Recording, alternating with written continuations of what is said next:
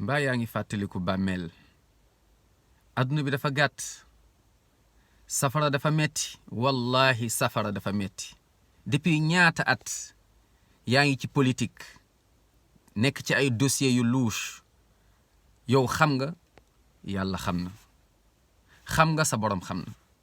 nga nekk ci ay dossiers yoo xamante ni yu doy waar la te xam nga ni yàlla dina la ko àtte te bàmmeel a ngi lay xaar xatuk bàmmeel mbugalug bàmmeel ñaata nga xamoon ci ay politiciens yu mel ni yow ana ñu tey ñu ngi ci suuf dee nañ ñu ngi leen di àtte ñii amaana ñu ngi mu ngoog ñii amaana ñu ngi mu ngoog yow xam nga yàlla xam na depuis ñaata at yaa ngi ànd ay position yoo xamante ni xam nga ni safara xëj na ci sa safara xëj na ci depuis ñaata at yaa ngi signé ay mbir yoo xamante ni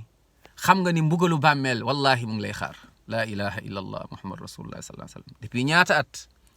yaa ngi ci ay télé yaa ngi ci ay émission yaa ngi ci ay rajo nekk ci ay mbir yu xaraam ay programme yu xaraam di ko publicité di ci woote wallahi bàmmeel a ngi lay xaar bés penc nag day gën a metti